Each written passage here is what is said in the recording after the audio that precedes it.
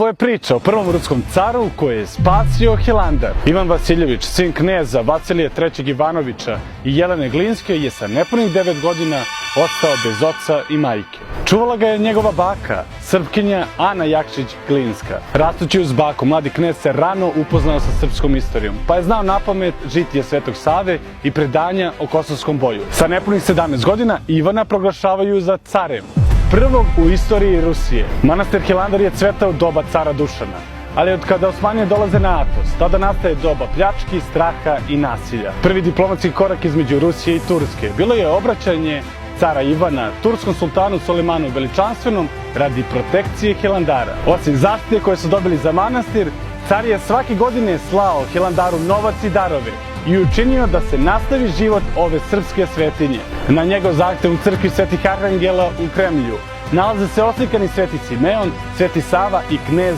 Lazar. Povećao je teritoriju Rusije, napravio velike reforme, izgradio 155 gradova i stvorio jaku državu. Vladao je 51 godinu i nosio je srpske gene od oba roditelja.